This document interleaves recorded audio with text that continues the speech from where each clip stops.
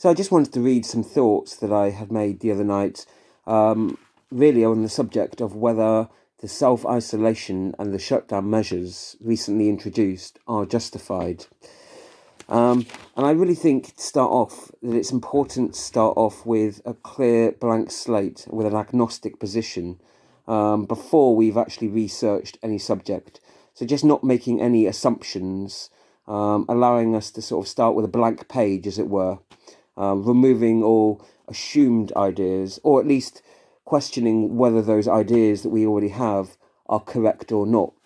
So it's really important to start off any scientific objective approach with a blank page, not making any assumptions. Anything can be questioned fairly. Nothing should be beyond any questioning. As Descartes said, at some point in our lives, we'll question everything, all the different ideas in the world, including ourselves, even God. And ideas about God, and everything is fair to be questioned, so long as the questioning itself is fair, because the truth, if it is that, will uphold and withstand any fair questioning, but any mistakes that could have been made will be exposed, and we should welcome those. So I want to sort of look into whether or not the measures recently introduced are justified. But before I do that, I want to sort of give a wider context to why I think it's important to question things. We don't lock up someone for a crime without a fair trial, for example. We would think an examination of evidence was necessary to justify whether measures are necessary. Because imprisoning someone, depriving them of their livelihood, is quite a radical or extreme thing to do, of course, and it has a real effect on their physical, mental and emotional well-being. So in order to justify that that's a necessary thing in a court of law, we would have to argue that yes, that person is a sufficient danger to the public and is likely to reoffend. And we would have to be able to demonstrate that through evidence. And there's a fairly reasonable high standard of expectation of what the burden of proof should be. You know, you wouldn't expect it to be flimsy evidence based on hearsay, for example. So for judicial processes, we require a high standard of evidence. It will be bad practice in law, but also in general, to make judgments without any proper analysis or consideration of the evidence. So it's really important in many situations to actually make a real assessment of the actual evidence. It's true to say that rushed cases make bad verdicts, in short. Whilst the measures that have been recently introduced are at the moment said to be short term, even so, we need to consider whether or not that if they were extended to become more long-term, whether that would be justified. All the more reason to consider, especially given the large number of people that it would affect. If it was something that became a more of a extended long-term thing, then all the more reason to consider it. Of course, in the short term, it could have both some positive and negative effects, depending on the individuals. But as I say, we should consider what the long-term implication should be if those measures are justified by the evidence. And that would be so much more important, stands to reason, given the large populations involved, for a longer term extension to either shutdowns and or self-isolation. Whilst there are legitimate concerns about the possible risks of pandemics, there are also equally legitimate concerns about societal and individual responses to those perceived fears, such as the possible long-term losses of civil liberties. I think it's quite right and adequate that people would take the time to consider those possible risks. Whilst it is not that awful that we would remain isolated for a short period of time, either days, weeks or months, and I know that because there are many of us that have gone through things like that, either through mental or physical health conditions that have meant it was necessary sometimes for short periods of time to be either isolated or relatively isolated from others. And many people, despite struggles, have coped with that and managed. So I think reasonably, most people, if they're able to sort of make enough effort, at least, are able to sort of get through it sufficiently. And that's the thing, it's having some kind of support, but also making an effort. That's where you're better suited to getting through a challenge like this. But over a longer period of time, it might have, and it will have, a more profound effect. Having things closed down, larger gatherings, whether that's through clubs, bars, festivals, restaurants, cafes, churches, mosques, synagogues, temples, sports stadiums, and other events too. If this continued for a long term, it would certainly have potentially damaging mental, physical, emotional, financial, and also psychological effects. A few people have and do already live with these limited contacts. I spoke about people with serious physical illnesses, and of course, they're able to cope with it much better when they have some level of support. And of course, when you're making a concerted effort each day yourselves. But also, there's the example of prisoners that I gave as well. And we need to be cautious about the rights of prisoners too, making sure that they have adequate care. Of course, there are, as I said, many good things that can come of short-term isolation. In fact, many monks embrace the idea in terms of taking time away from the world to evaluate ourselves, to spend time with ourselves, to meditate, to pray, to use that time productively for engaging in different projects, to think, how do I think about things? How do I write about things? How do I draw about things? How do I read and evaluate things? It's to take time out for different pursuits away from the world. So it allows us that time. So it can also be used for negative things, of course, brooding over issues. It can fuel addictions, for alcohol or drugs, or even consuming too many media. I have a tendency to scroll through Facebook posts for hours on end. I don't know about other people, but I know that I've got a large number of risk factors for a large number of addiction problems, smoking more, drinking more, obsessing over issues more. And I'm sure many other people could be prone to things that are harmful to themselves as well. So there are, depending on how we use the time, there's a lot of potentially good and bad things that can happen. But of course, it's different when you're in a prison. You've got limited contact perhaps with others, and the type of people that you're able to socialise with, and the type of behaviours that you're allowed to do too. There are many different types of prisons, of course. If you consider prisoners, they may not always have a choice about whether they're in prison or not, but it depends on the type of crime or that they do or not. Just as the mentally ill, they may not choose to socialise, but depends on the type of mental illness of what kind of choice that there are.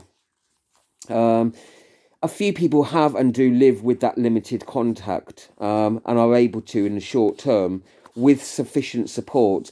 But if you look at prisons, of course, the rates of reported self-harm in some prisons at least are really quite high, and that's quite concerning.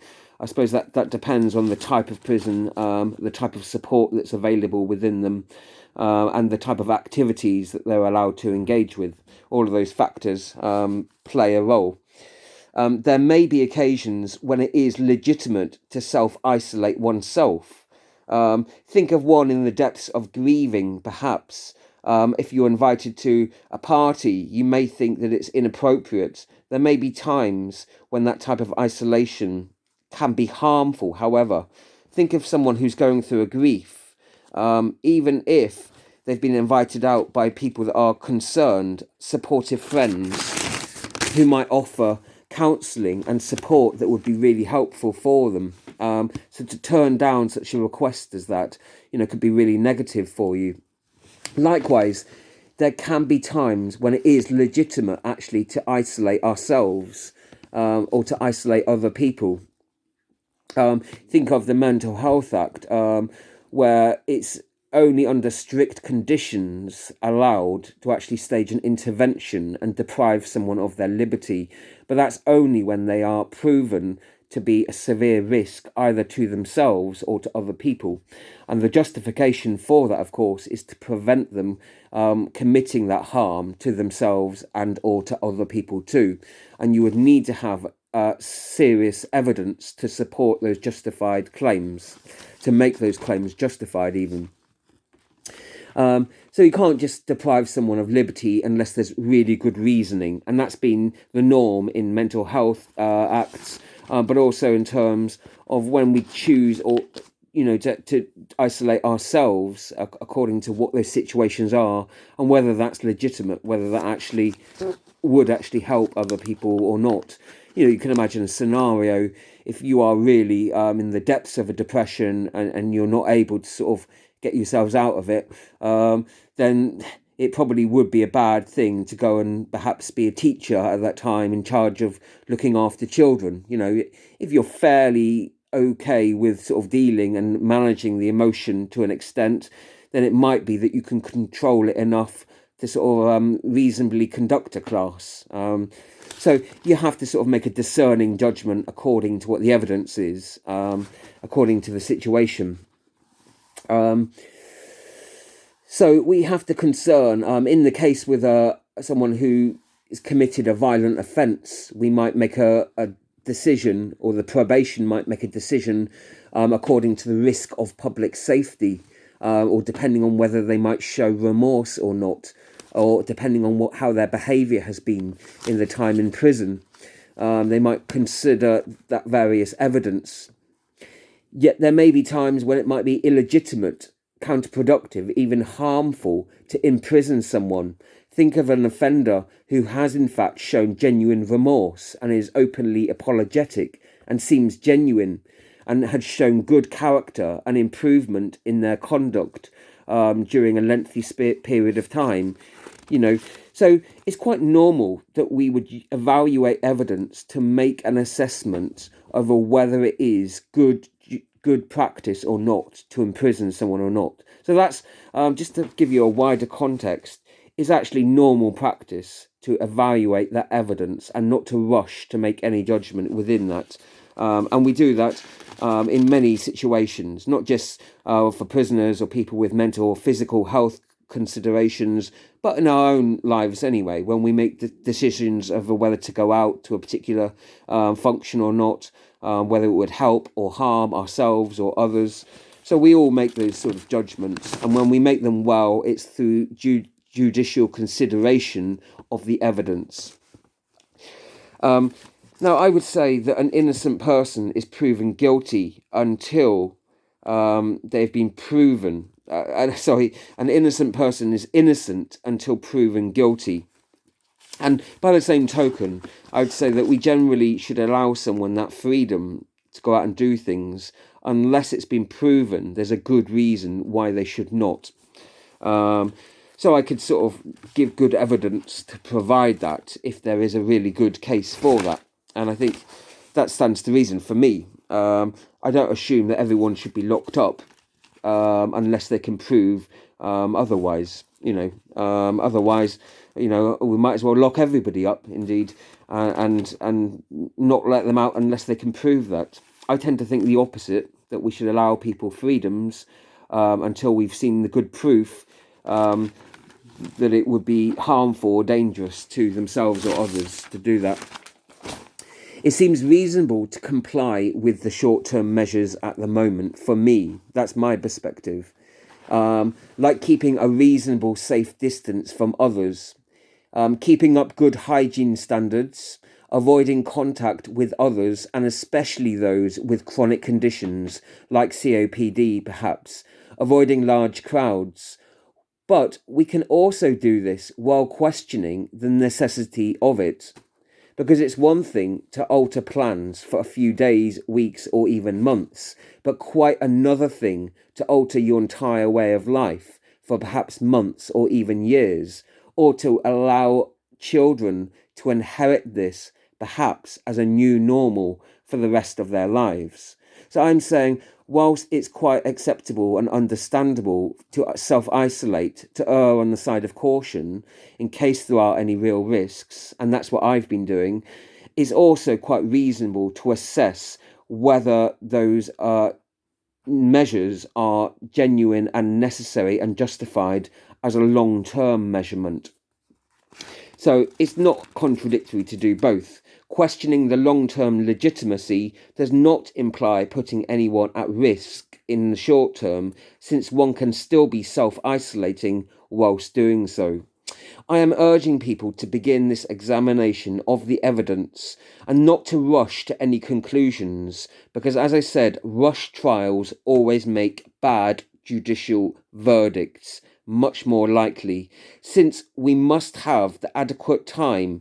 And in fact, this time of self-isolating, is it not a reasonable time? Is it not a worthy use of time to look into that evidence and to examine it for ourselves more clearly, to look at different sources, to consider what are the validity of those sources, what are their points of view, and how have they reached those decisions? You know, when you consider some of us are spending time, you know, going out and playing computer games or watching documentaries or films. Yes, there is a place for enjoyment, and those things can have some uses too. You know, a computer game might help you in your ability to sort of be quick and sort of like you know, negotiate things, or you know, it might help with sort of eye-hand coordination and other things. You know, and there's no crime in enjoying yourselves and doing things that you enjoy some of the day. But certainly a good use of time is researching projects and researching things to examine things in terms of what the quality of life can be in the future for us all. That's a worthy use of our time, actually. Questioning the legitimacy of any belief does not mean it is necessarily undermining it. It might turn out one provides firm supporting evidence. It's vital to take responsibility, though, to come to your own conclusions and not just assume the conclusions of other people, however professional or expert they might seem. All experts can get things wrong. They're not perfect or infallible. None of us are, however much we study the subject. You can have doctors recommending this or that treatment, or others recommending you not do it. You may have limited medical training or understanding of the subject. You have struggled perhaps in researching the issues, yet unless you are unconscious, a young child, or have dementia or a serious mental disorder, you will have to take responsibility for your own choice. It is your choice and your body. You cannot blame a doctor if it turns out to be a wrong choice. After all, they make mistakes too, and it was only their advice, but it's your choice because it's your body, unless you have been forced or coerced into the decision. But that's also true in many other fields. I've struggled with that myself, where I've had to look for treatment for a particular condition that I've had, and I've had to do the research online. You know, I don't have any training in herbs, in chemicals, in treatment plans, or in anything of the sort, and certainly not in medicine generally. So it's something I've had to investigate from scratch. And I know from first-hand experience, it's bewildering when you enter a different subject that's foreign to you. You're having to make so much more extra effort to learn lots of different terms you're unfamiliar with. And it just means a lot more time and energy studying things. And it can mean, you know, it's very hard. And even putting in that dedication, it doesn't necessarily guarantee results always.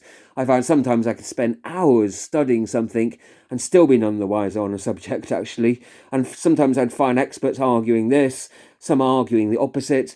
You know, I'd be looking at arguments for and against different treatments and different herbs and different foods that might help different things. You know, and I'd be struggling with that. But I think it's a necessary struggle, because actually sometimes I found things that really worked. But it's true in many other fields, not just medicine. One teacher might teach you something, but another could teach you just the opposite. For example, one might advise you it's okay to lie to young children sometimes to protect them from real horrors of the world, from sufferings that they might not be able to cope with. But another might say that it's much better for them to be honest, to help them, to safeguard them, so that they are able to be more aware of the situation and they will be more protected against it. Or there might be a third that says to discuss the difficult issues but in an age appropriate language. But as a parent, you have a duty to discern this and to make a responsible decision yourself based on looking at the evidence. It's your child and it's your responsibility. Do you really trust other people to make that choice for you? When some people will certainly make a good choice, being driven by compassionate care and out of concern for the well-being of children, but sadly we know that there are many others that will not. Or think of a minister, a priest, an imam, a rabbi, a preacher of some sort. They may give you a good sermon, instructions on how they think it's best to redeem your soul. And there may be another who tells you that they're mistaken and spreading false doctrines. You'll hear all sorts of different things. But you will have to decide. It's your soul and it's your responsibility. We all may struggle discerning, we may have other issues, and we may feel pressures from others that we're around, family and friends, and the society we're living in general. We may have varying mental, intellectual, social, emotional, or physical abilities, but even so, we must strive to make the best informed choices that we're capable of, to become as responsible for them as we can. It's easy to try and give up our responsibilities, to trust someone else, without taking that time and energy to study it sufficiently. But if we abrogate something, to give up responsibility, how do we know, acting passively like that we can trust the information fairly? We must play an active role, as active as we can, in a role of discerning as much as we can. Yes, we can still be mistaken even when we do that. We are not infallible either. Even if we devote time and energy and focus to learning, still we can get it wrong, choose to have a treatment that has harmed us, or we might choose not to have one that could have greatly benefited us. But at least we will know that we have done all that we can to make that effort for ourselves and for our loved ones, and that matters much too. It is hard when different doctors contend over which is the right treatment or diagnosis, or when different teachers may argue over whether something is true or false, especially when we are not specialised perhaps in that field. All the more reason to take the time out to study those areas specifically and sufficiently, but also to consider the persons that are giving you that information, to consider what their history is. Have they got a history of giving lots of good information to you? Consider who's giving the information as well as what information is being given. We need to take the time to study those areas sufficiently, not to be rushed into choices. Equally, though, in some situations, there may be time constraints, such as when an illness is progressing, and then deciding about possible treatment options may become all the more time critical as the time passes. As in all things, balance is key, neither proceeding too slow nor too quickly, whilst trying to discern on those important issues. Consider theology. You may have your whole life ahead of you to study the purpose of your life and what you devote your time to. You may think you have your whole life to study this purpose, yet none of us knows how long we have. This could be our last hour, our last day, our last week. We don't know how long. But even if it was, rushing to some mantra driven by panic won't help. Devoting ourselves towards the humility of trying to understand, questioning our own beliefs and those of others, leaning not to our understandings, too much nor too little, leaning not to others' understandings too much nor too little. To deny the truths we have learnt and we know would be wrong, but to proclaim those we have not learnt would also be wrong. Entering a foreign subject appears quite daunting, with so many words that we have not learnt and still have to learn, and concepts too. Yet a journey of 1,000 miles may seem daunting, but not if we average just a few miles each hour and going at a steady pace. While walking 10 hours a day, we could be there. Walking 5 hours a day, we could be there in 50 days. Then it might seem like a pleasant journey, a saunter even. Unless, of course, you learn the destination is closing in a month or so. But you must still pace yourself as much as you're able to. One has a duty to speak out the truths that we know, but also not to assume that we have any monopoly on those truths, not to assume that we are correct, to know we all can be mistaken in all things, not learning to our own understanding too much, yet not also leaning to others' understandings too much either.